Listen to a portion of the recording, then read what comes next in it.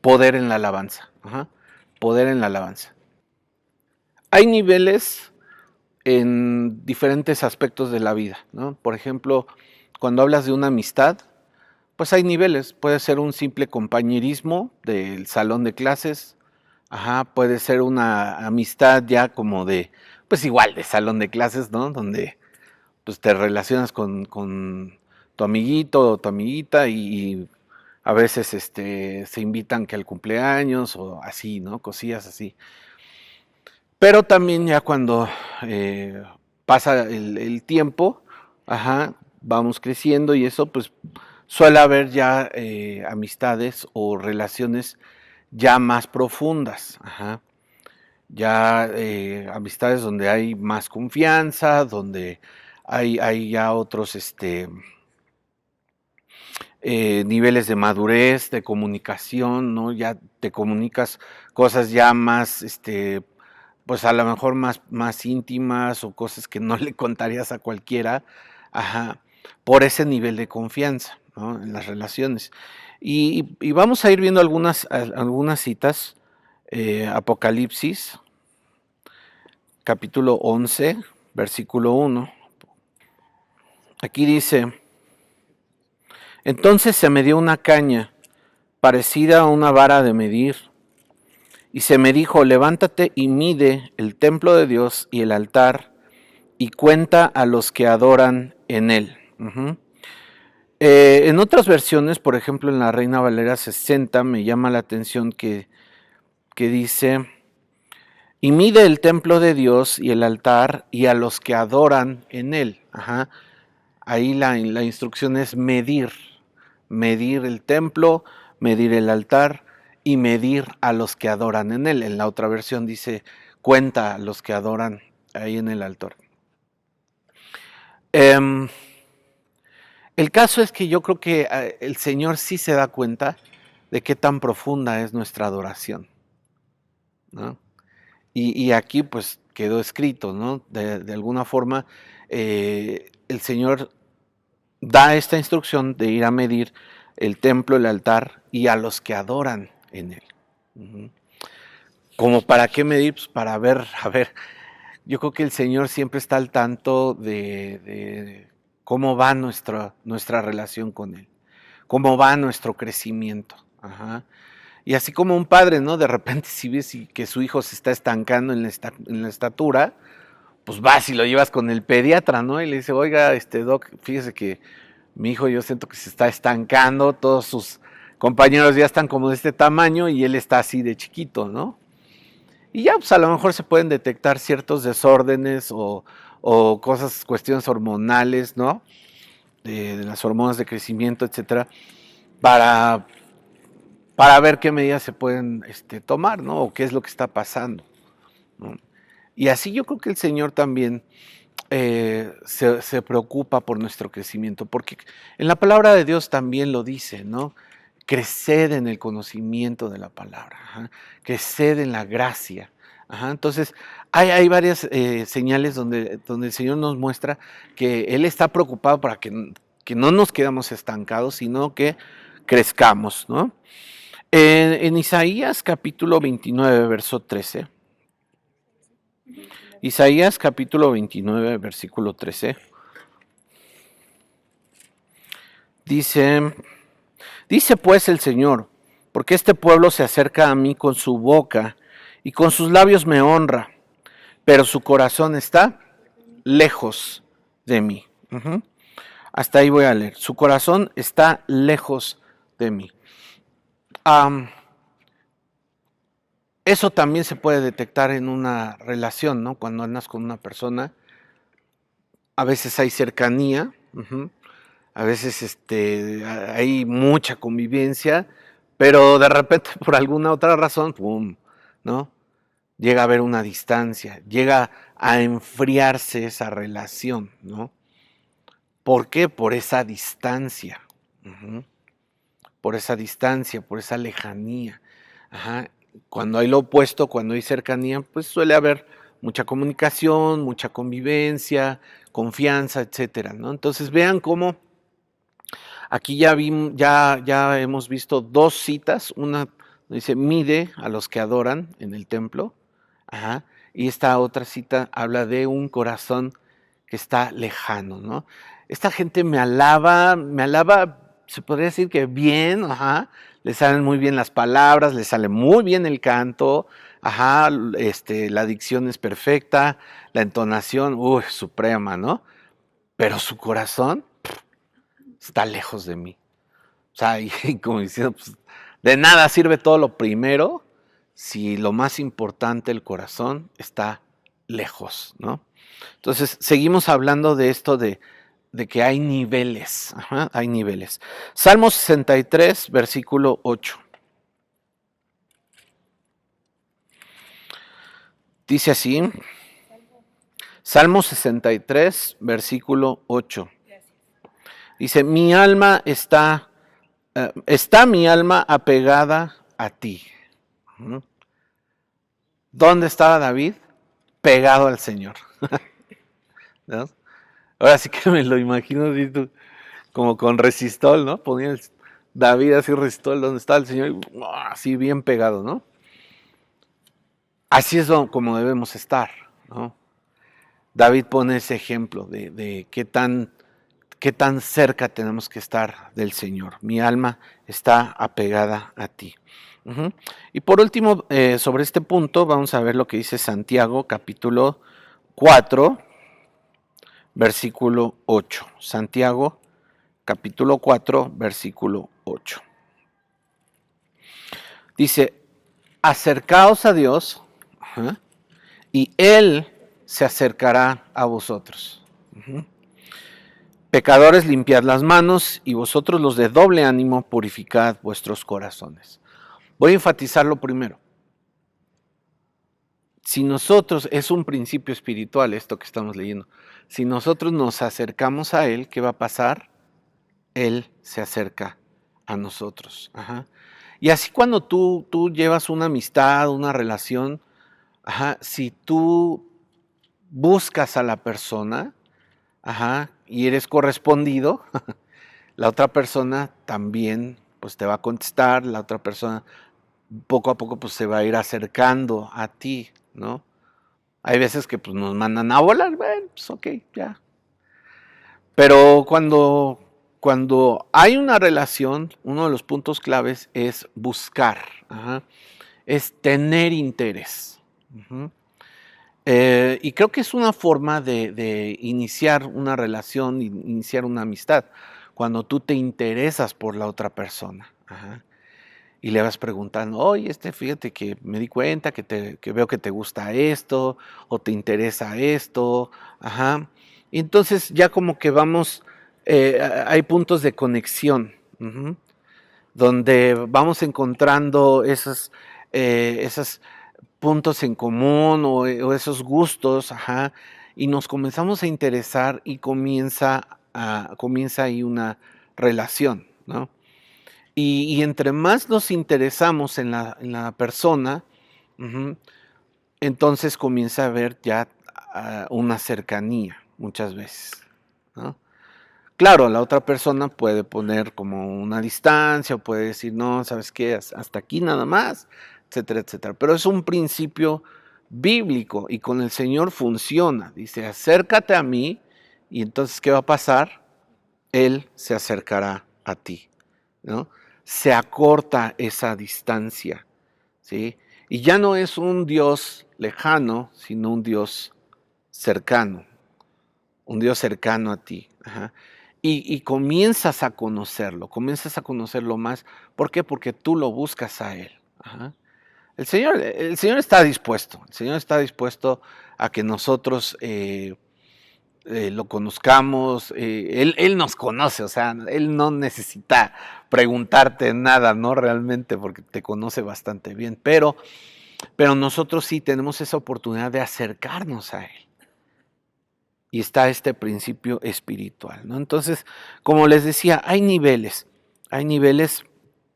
y podemos hablar de distancia, ajá, ya dijimos que si hay mucho distanciamiento, pues las relaciones suelen enfriarse, ¿no? Si hay cercanía, pues la relación se mantiene. Ujú.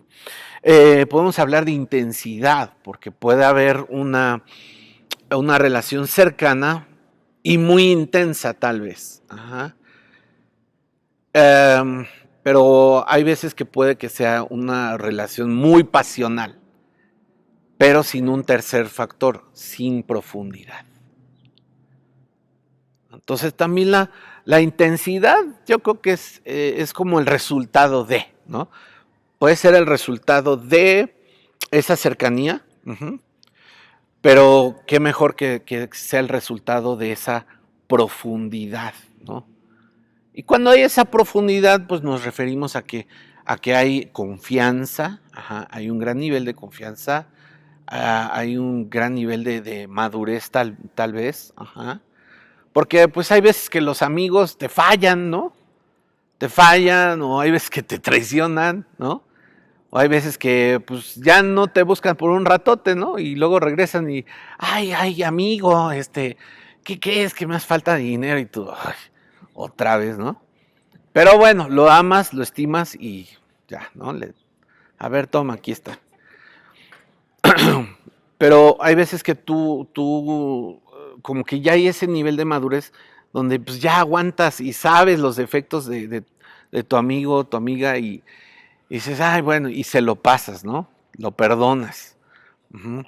Fíjense que hablando del matrimonio, híjole, ahí es un poco diferente, porque cuando se traiciona a la persona y sobre todo cuando se dan casos de infidelidad, ahí sí la confianza se hace pedazos, ¿no? Se hace pedazos y es muy difícil recuperar eso que se rompe, esa confianza que se traiciona, esa confianza que se pierde, es muy difícil recuperar, aunque pues gracias a Dios, si hay disposición, sí se puede sanar. Ujú. Sí se puede sanar una relación así. Pero bueno, vemos también que hay estos otros indicadores, ¿no? La intensidad y la profundidad, aparte de la cercanía. Ujú. Y bueno, vamos a ver vamos a ver en Ezequiel capítulo 47, versos del 1 al 12. Vamos a ver un ejemplo de profundidad. Ujú. Y este ejemplo se puede relacionar con nuestra comunión con Dios. Otros teólogos lo han usado para hablar del río de Dios. Ajá. 47, verso 1. Voy a usar la nueva versión internacional. Y antes de entrar en la lectura, nada más déjenme hacer referencia, por ahí si lo quieren anotar, en 1 Corintios capítulo 4, verso 20. Porque el reino de Dios no consiste en palabras, sino en poder. 1 Corintios 4:20. El reino de Dios no consiste en palabras. O sea, el reino de Dios no es juego de niños, no es algo superficial con lo que puedas coquetear y ahí medio manosear y tararara, sino que el reino de Dios eh, consiste en poder. Ujú. Y ahorita vamos a ver, vamos a analizar Ezequiel 47, del 1 al 12.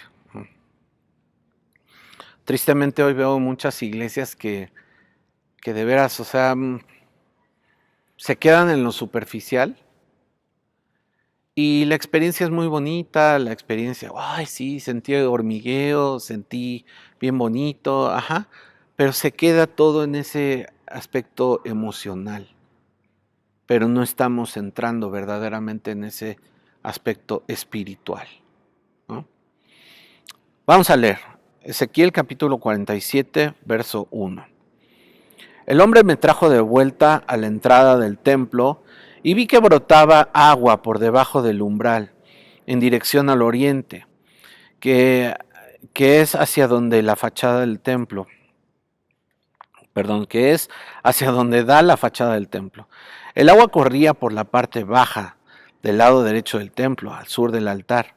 Luego el hombre me sacó por la puerta del norte y me hizo dar la vuelta por fuera hasta la puerta exterior que mira hacia el oriente, y vi que las aguas fluían del lado sur. El hombre salió hacia el oriente con una cuerda en la mano, midió 1000 codos, y me hizo cruzar el agua, la cual me llegaba a los tobillos. Entonces, ¿qué pasa en esta escena? Mide 1000 codos, entonces avanzan esos 1000 codos, entra al río, ¿y a dónde le llega el agua? A los tobillos. Ok, esa es la dinámica. Verso 4, luego midió otros 1000 codos y me hizo cruzar el agua, que ahora me llegaba a las rodillas, ¿no? Entonces avanzan otros 1000 codos, vean cómo la dinámica es avanzar, avanzar, entra a medir el nivel del agua y el nivel ya le llega a las rodillas. ¿Qué pasa cuando el agua, por ejemplo, cuando vas a la playa? ¿Qué pasa cuando el agua te llega a los tobillos? Pues no pasa gran cosa, ¿no? Puedes juguetear, puedes aventar agua con los pies, así, salpicar al de junto, etcétera. Puedes correr, puedes hacer muchas cosas por ti mismo, como que tú todavía estás en control. Pero ¿qué pasa cuando ya entras a donde el agua te llega a las rodillas? Ya haces esto, ¿no? Ya no puedes avanzar tan fácilmente. ¿Por qué? Porque pues ya hay cierta resistencia, ¿no? De parte del agua, ya como que el agua ya empieza a ganar control sobre ti, tus movimientos. Y ya pues, si quieres soltar un patadón de agua, pues no, difícilmente, ¿no? Tienes que primero sacar el pie del agua, con toda esa resistencia, y más si lleva corriente, si estamos hablando de un río, pues lleva corriente.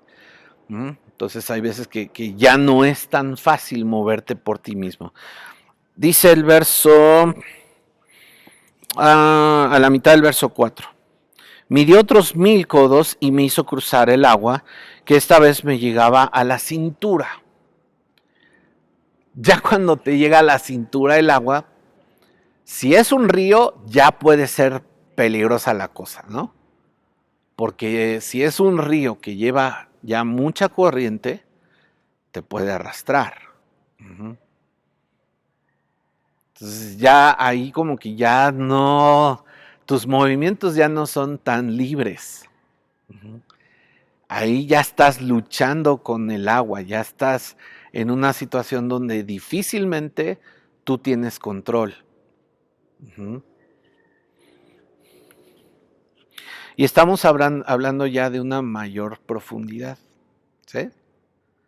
Estamos hablando de una mayor profundidad. En Reina Valera dice los lomos. ¿Es la misma de la cintura? Los lomos es esto. La parte baja, la parte superior de los lomos.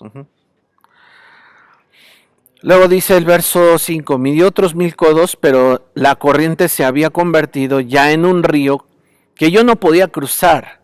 Creció tanto el torrente que solo se podía cruzar a nado. Y eso, digo, dudo mucho que si lleva corriente, dudo mucho que tú puedas nadar así como que libremente. Pues no, o sea, hay que tener mucho cuidado si el río lleva fuerza, si lleva corriente. Mucha gente se ha ahogado en los ríos por esa corriente que a veces es traicionera, ¿no? Lo ves y dices, ay, se ve tranquilito, pero no ves las corrientes internas. O se ve tranquilo por fuera, pero ya cuando estás adentro, no, ya es una corriente que te lleva. Entonces aquí ya nos habla de otro nivel, donde ya difícilmente tú tienes control cuando ya se trata de una corriente así. Ajá. Ya cuando estás hablando de una profundidad que ya no tocan tus pies, ¿qué pasa cuando pues todavía de puntitas no tocas? Pues de brinquito, ¿no? De brinquito y estás ahí. Y te medio te mueves de brinquito y bien lento, ¿no? Si sabes nadar, pues qué padre, ¿no? Pues te puedes desplazar, pero si lleva corriente aquello, pues te digo, difícilmente vas a poder ir a donde tú quieres ir, difícilmente. Ajá. Entonces me preguntó, ¿lo has visto, hijo de hombre? Enseguida me hizo volver a la orilla del río, y al llegar vi una gran cantidad de árboles a cada lado del torrente. Allí me dijo, estas aguas fluyen hacia la región oriental, descienden hacia el Arabá y van al mar muerto. Cuando desembocan en ese mar, las aguas se vuelven dulces. Por donde corra este río, todo ser viviente que en él se mueva vivirá. Habrá peces en abundancia porque el agua de este río transformará el agua salada en agua dulce. Así donde el río fluye, todo vivirá.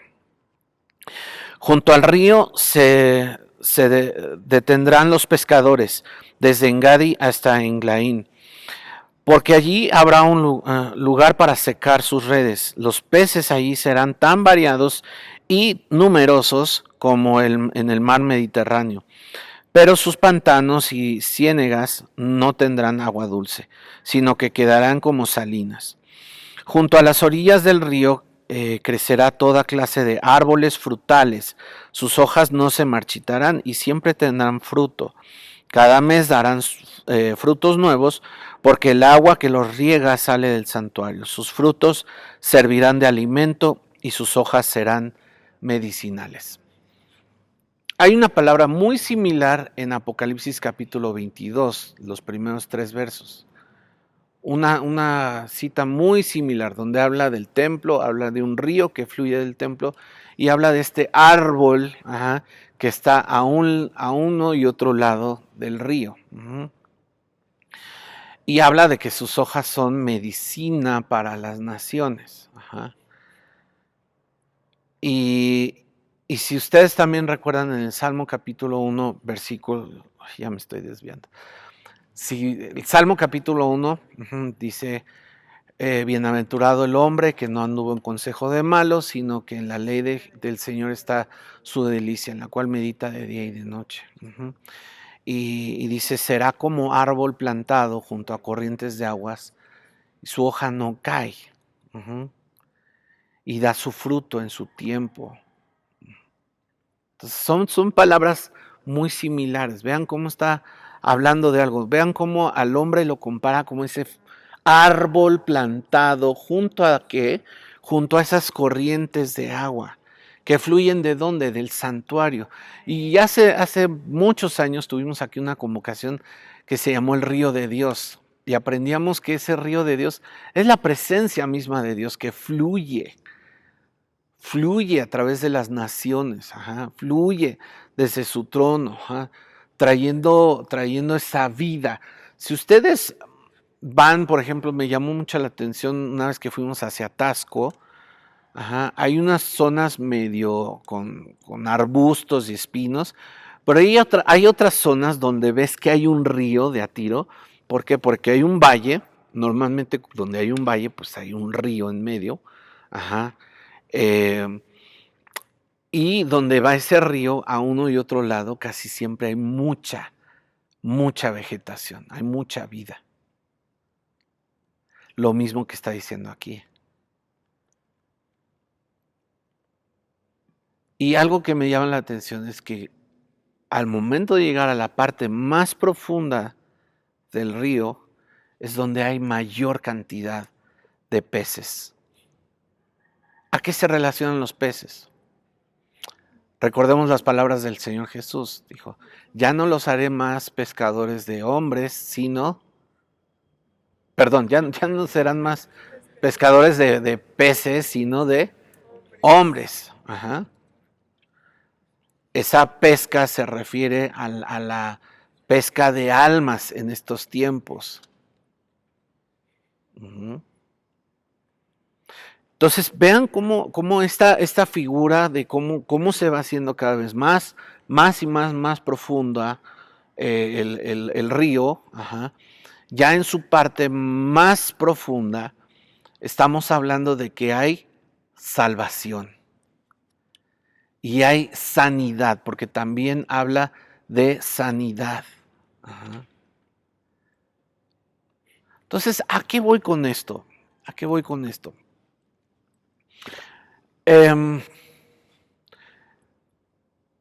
Cuando nosotros entramos en un nivel profundo de alabanza, ajá, cuando nosotros entramos en esas profundidades del río de Dios, de su presencia, ajá, empieza a haber milagros. Y una manifestación es que también puede comenzar a haber salvación. Ajá. Y yo he escuchado de repente por aquí, por allá, testimonios donde gente, sin tener que pasar al frente, ha recibido al Señor en su corazón. Y una vez nos pasó aquí, una chica pasó al frente y apenas acaba de pasar el primer canto y dijo, yo necesito recibir al Señor. Y todos nos quedamos así, pues, ¿cómo fue, no? O sea, no había habido un llamado, no había habido nada, pero ya esta chica ya tenía ese hambre, ¿no? De recibir. Y apenas llevábamos un canto. Y para mí fue sorprendente, ¿no? Y yo les puedo asegurar que ustedes sí han escuchado testimonios de gente que ha recibido sanidad durante los tiempos de ministración, durante los tiempos de alabanza. ¿Cuántos de ustedes han escuchado algún testimonio? Yo sí he escuchado bastantes testimonios, ¿no? Entonces vean lo que pasa, ¿no? Cuando realmente entramos a esas profundidades del río de Dios. Uh-huh. Ahora, esto es lo que viene escrito en Ezequiel, ¿no? Como una figura, como una promesa, como algo que se puede lograr, ¿no? Que está ahí para nosotros. Pero ahora veamos algo real, un hecho muy real y tangible que ocurrió en Segundo de Crónicas, capítulo 20. Segundo de Crónicas,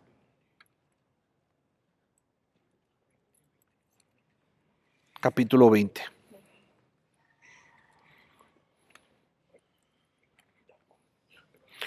Y voy a leer. Después de esto, los moabitas, los amonitas y algunos de los meunitas le declararon la guerra a Josafat, y alguien fue a informarle. Del otro lado del mar muerto y de Edom, viene contra ti una gran multitud.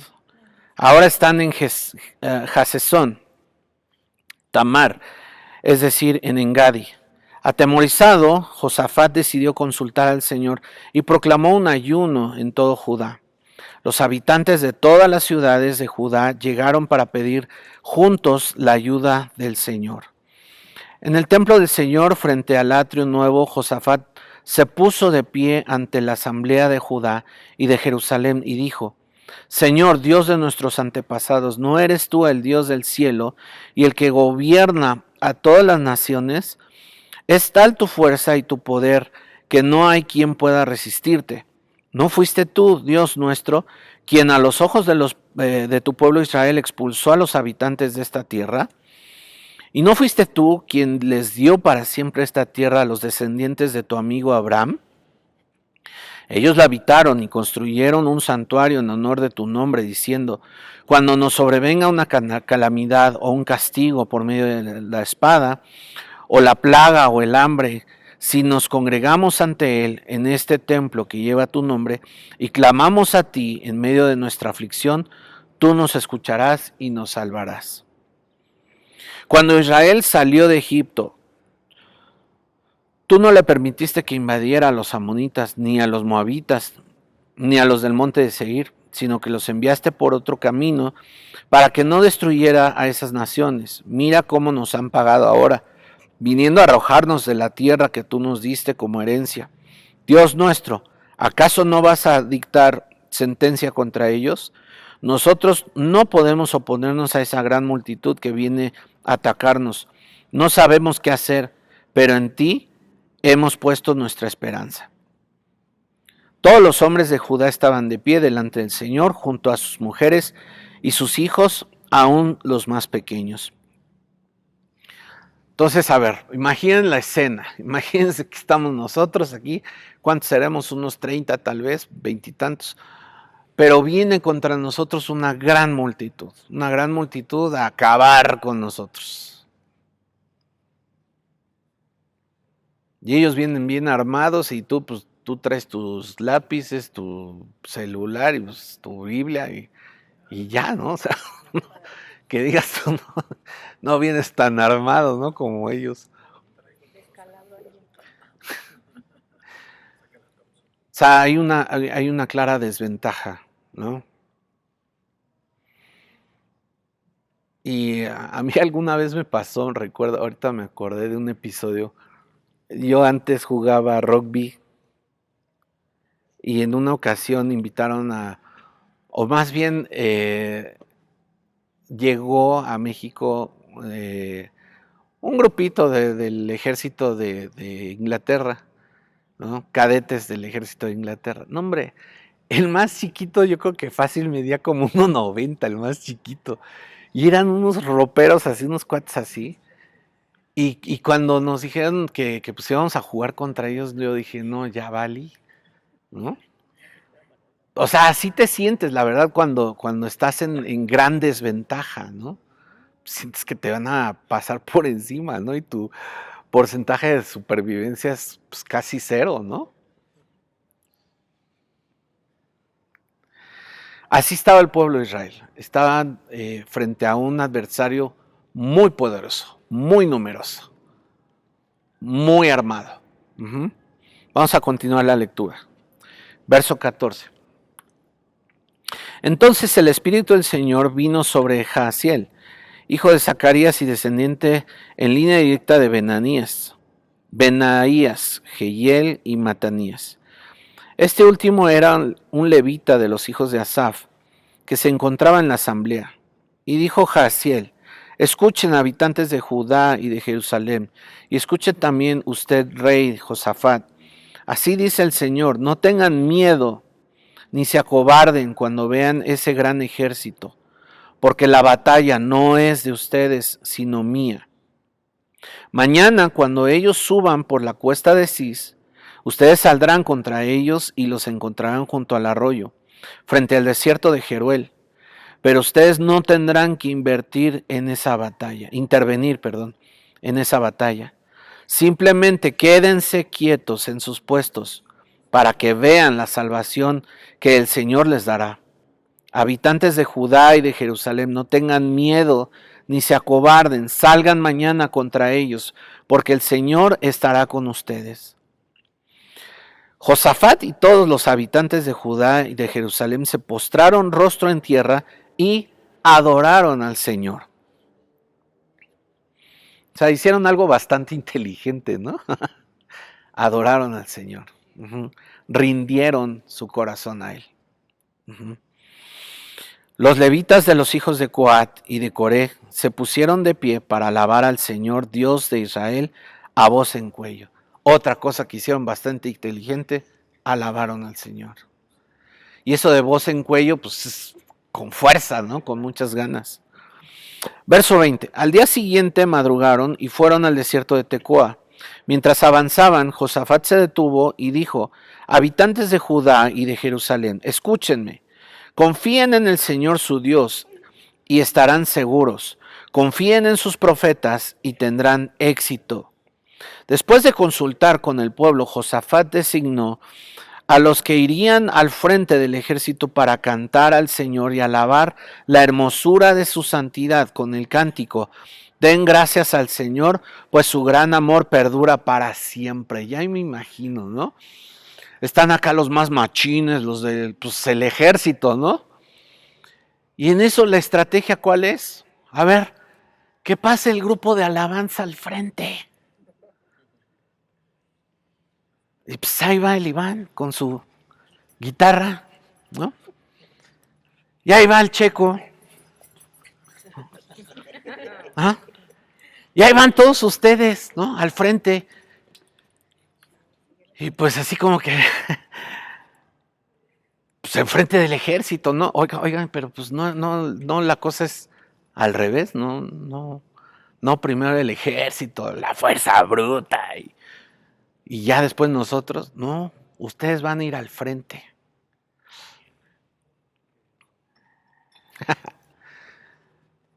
Y van a ir cantando. O sea, ¿qué estrategia más? O sea, creo que a ningún estratega militar en su sano juicio pone a gente al frente a cantar, ¿no? O sea, a todas luces es una estrategia no tan común, ¿no? A ver, ¿y cuál vamos a cantar? Pues digo, si ya estamos aquí al frente, pues ya díganos cuál, ¿no? A ver, la de Por Siempre. Órale. Unos dirán, es la de Para Siempre, ¿no? No, la de Por Siempre. Es que la cantamos todo el tiempo. No, cállate, ya no estés bromeando. Es la de Por Siempre. Por siempre eres fuerte, por siempre eres fiel. Ajá. Den gracias a Dios, doy gracias a ti, Señor y Dios. Tu amor es para siempre. Y así está la escena. Una gran estrategia militar. O sea, cualquiera se hubiera reído y tengan por seguro que los enemigos de Israel y de Judá en ese momento ven a los de la alabanza enfrente y dicen, ay, no manches, ¿es en serio? Verso 22, tan pronto como empezaron a entonar este cántico de alabanza, el Señor puso emboscadas contra los amonitas, los moabitas y los del monte de Seir, que habían venido contra Judá, y los derrotó. De hecho, los amonitas y los moabitas atacaron a los habitantes de los montes de Seir y los mataron hasta aniquilarlos. Luego de exterminar a los habitantes de Seir, ellos mismos se atacaron y se mataron unos a otros. Aquí lo lees en unos cuantos versículos, pero yo quiero que de veras trataras de imaginar, y si quieres hoy en la noche hazlo así nada más como un ejercicio mental. O sea, cuando ves esas películas, ¿no? De 300, ¿no? ¿Cuántos has visto aquí la película de 300? La película de Troya, ¿no? O esas películas, ¿no? Por ejemplo, de Corazón Valiente, cuando ves multitudes y trata de visualizar al grupo de alabanza ahí al frente, ¿no? Al frente cantando.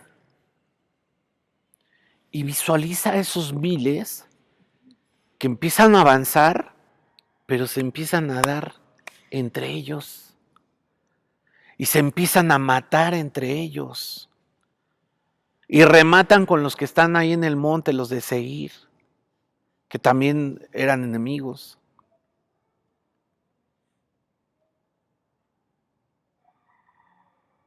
No es una estrategia convencional, pero quedó registrado. ¿Para qué? Para recordarnos que hay poder en la alabanza.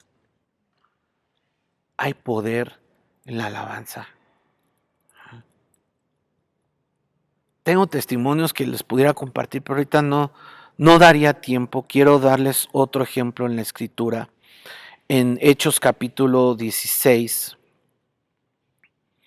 Hechos capítulo 16, versículos 23 y 20 al 34.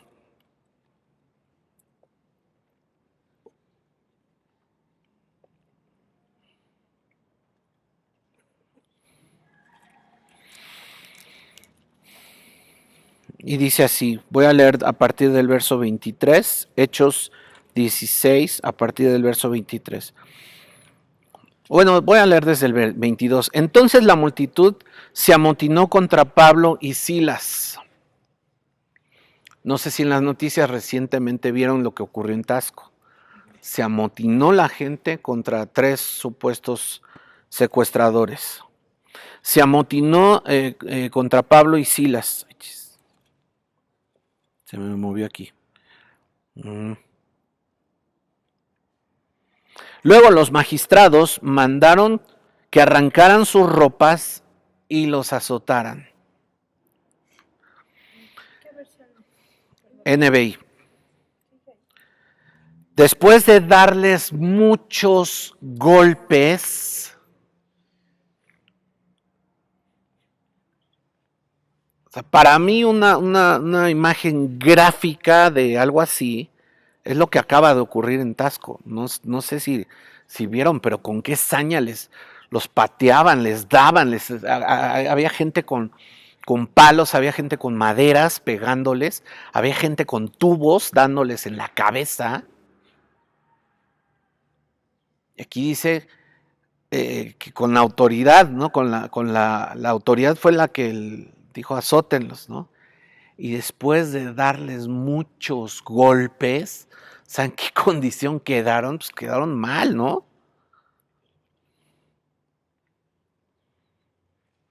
Los echaron en la cárcel y ordenaron al carcelero que los custodiara con la mayor seguridad. O sea, los meten a la cárcel, a la que se le conoce como el hoyo, ¿no?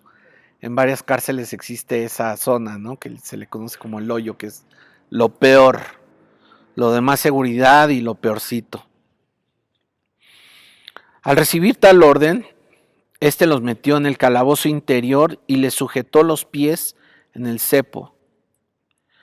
A eso de la medianoche, Pablo y Silas se pusieron a orar y a cantar himnos a Dios.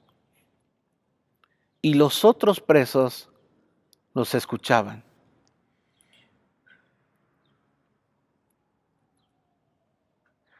Es una imagen muy dura, muy salvaje, la verdad. Si te pones a pensar, si lo recreas en tu mente. Y es que hay veces que leemos y leemos así como muy rápido, pero sin tratar de visualizar bien ese contexto. O sea, imagínate que te dan la patiza de tu vida y pues ya así medio moribundo, ¡pum!, te meten a la cárcel más horrible, ¿no?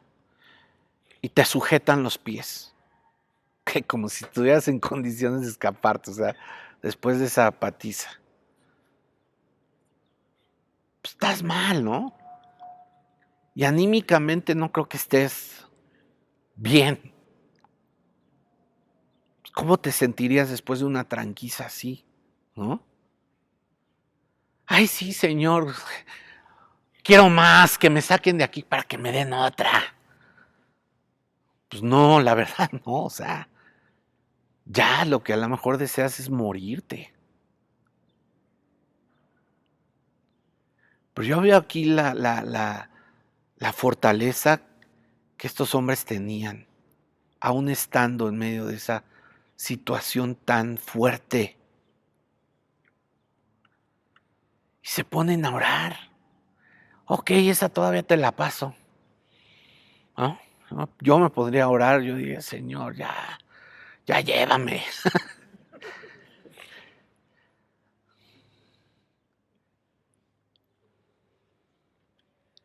Pero también se ponen a cantar.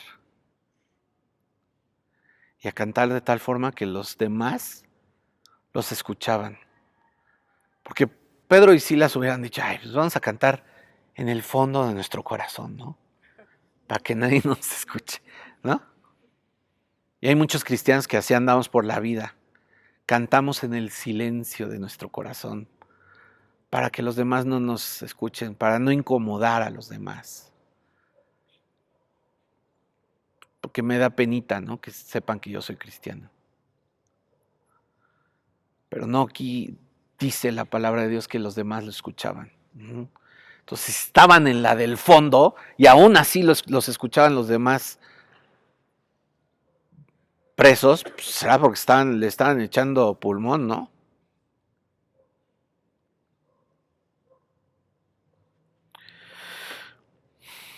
Verso 26. De repente se produjo un terremoto tan fuerte que la cárcel se estremeció hasta sus cimientos. Al instante se abrieron todas las puertas y a los presos se les soltaron las cadenas. El carcelero despertó y al ver las puertas de la cárcel de par en par, sacó la espada y estuvo a punto de matarse, porque pensaba que los presos se habían escapado. Pero Pablo le gritó: no te hagas ningún daño, todos estamos aquí. El carcelero pidió luz, entró precipitadamente y se echó temblando a los pies de Pablo y de Silas. Luego los sacó y les preguntó: señores, ¿qué tengo que hacer para ser salvo? Cree en el Señor Jesús, así tu familia, así tú y tu familia serán salvos, contestaron. ¿Qué pasó ahí cuando ellos comenzaron a alabar? Se manifestó el poder de Dios. La vida cristiana no es palabras. Lo que decíamos en 1 Corintios 4:20. El reino de Dios no consiste en palabras, sino en poder. Comenzaron a alabar al Señor. Se manifestó la presencia de Dios. Y se manifestó de tal forma que sacudió el lugar. Y las cadenas fueron rotas, ¿no? Las cadenas se zafaron.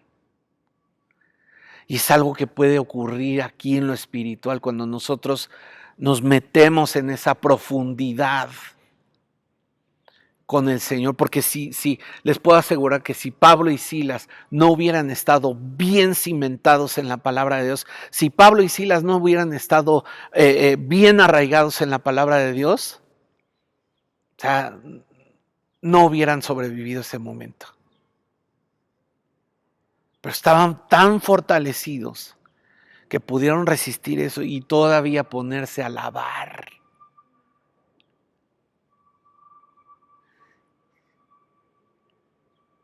Alabar al Señor y se pusieron a alabar de tal forma que el lugar se sacude y hay libertad. El Señor trae libertad a los cautivos. Y cuánta gente que viene aquí a este lugar domingo tras domingo, cuánta gente no está cautiva, cuánta gente necesita libertad en este lugar.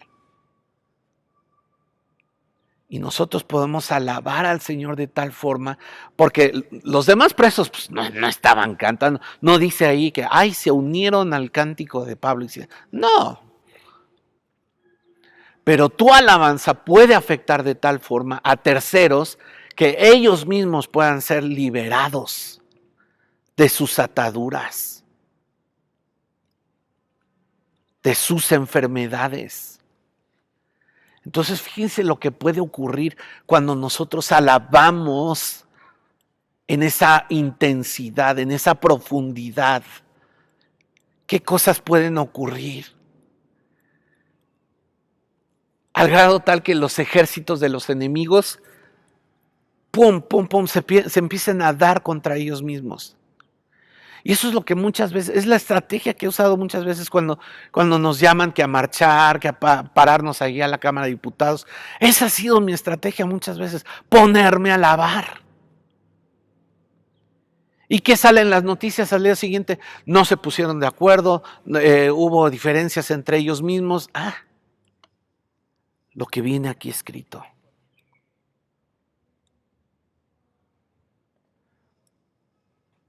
Entonces vean cómo la alabanza tiene poder.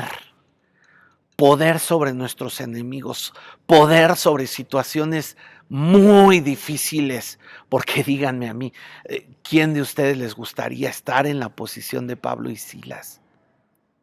A ninguno de nosotros nos gustaría. Pero créanme, estaban en una situación muy difícil, muy difícil. Y aún en medio de esa situación te pones a alabar, no pareciera congruente.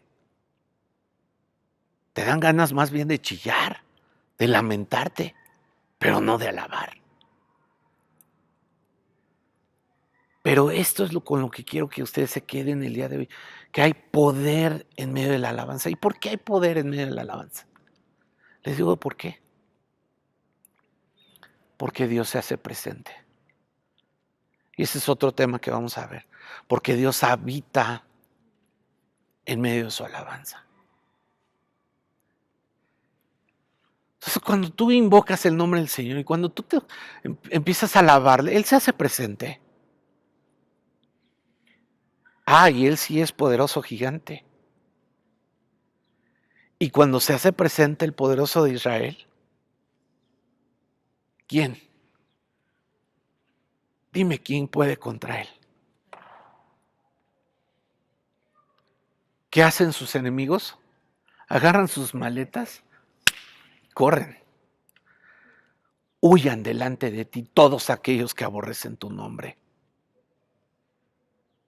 Y bien decía el salmista, sean quebrantados los dientes de los perversos. Pero ¿qué hace el enemigo cuando su pueblo comienza a alabarle y comienza a invocar su nombre? Dios se hace presente y el enemigo dice, no, aquí yo ya no tengo nada que hacer, vámonos. Ajá. Entonces, yo les puedo asegurar que próximamente Dios los va a poner en una situación difícil. Porque Dios se encarga de la parte del taller, Dios se encarga de la parte de la práctica. No lo deja nada más en teoría. Pero Dios se encarga de ponerte en alguna situación donde dice, a ver, vamos a practicar lo aprendido, ¿ok?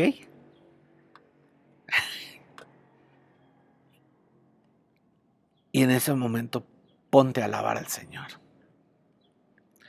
Ponte a alabar al Señor porque seguramente vas a tener que poner en práctica lo aprendido. ¿Verdad? Les dejo de tarea el Salmo 149, porque ese salmo habla mucho de esa batalla espiritual que se libra en la alabanza. De pronto la primer parte del salmo está tranquilita, no dice gran cosa así tan salvaje, ¿no? Pero ya conforme avanza la lectura, nada más les pongo por ejemplo, a partir del verso 6, ya de repente, ¡pum!, ya es otro el tono del salmo. Dice que broten de su garganta alabanzas a Dios y haya en sus manos una espada de dos filos. ¿A qué se está refiriendo? A la palabra de Dios, ¿verdad? Porque esa palabra de Dios pueda salir de tu garganta en forma de alabanza, ¿no?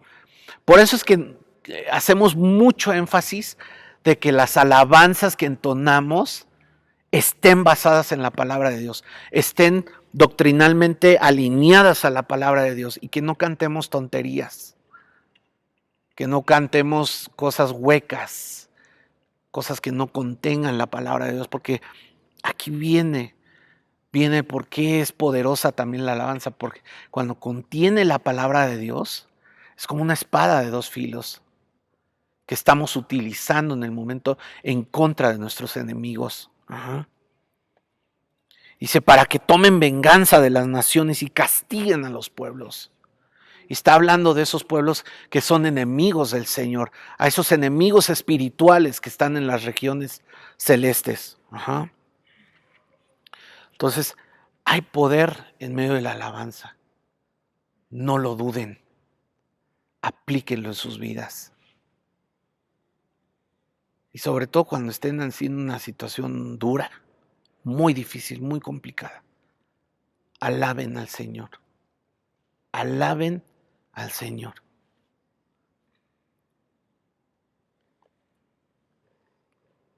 Vamos a orar. Padre, te doy las gracias por este tiempo que nos has permitido. Gracias, Señor, porque yo sé que con tu palabra, Señor, tu sola palabra nos muestra Señor, el poder y la autoridad que tenemos como hijos tuyos, el poder y la autoridad que tenemos al alabarte, Señor, esta gran arma que has puesto, Señor, a nuestro alcance, para derribar, Señor, ejércitos, para derribar, Señor, aquellas fortalezas que se levantan en contra de ti, para traer libertad, Señor, a los cautivos, aún en momentos difíciles, Señor, para traer esa victoria. Y aún, Señor, para traer esa salvación, como lo dice Ezequiel, como lo vemos en el relato de Pablo y Silas. Al final hubo salvación, Señor, para ese carcelero y para su familia. Porque en tu presencia, Señor, hay plenitud de gozo, delicias a tu diestra para siempre. Hay vida, Señor, hay vida en tu presencia. Hay sanidad y medicina en tu presencia. Hay salvación, Padre. Dios, cuántas cosas ocurren cuando nosotros nos reunimos para alabarte, Señor. Y hay veces que no logramos entender y comprender la profundidad de lo que ocurre a nuestro alrededor. Pero hoy nos recuerdas y nos das ese entendimiento, Señor. Y yo ruego, Señor, que estemos cada vez más conscientes, Señor, que nuestra alabanza aún pueda ir en aumento, pueda crecer, Señor, para que aún cuando tú midas nuestra adoración, Señor, podamos ir en aumento, que nuestra alabanza, nuestra adoración cada vez sea más profunda. Gracias, Señor, gracias por tu palabra, gracias por este momento, gracias por mis hermanos. Sea tu bendición, Señor, sea tu entendimiento sobre cada uno en el nombre de Jesús. Amén. Amén.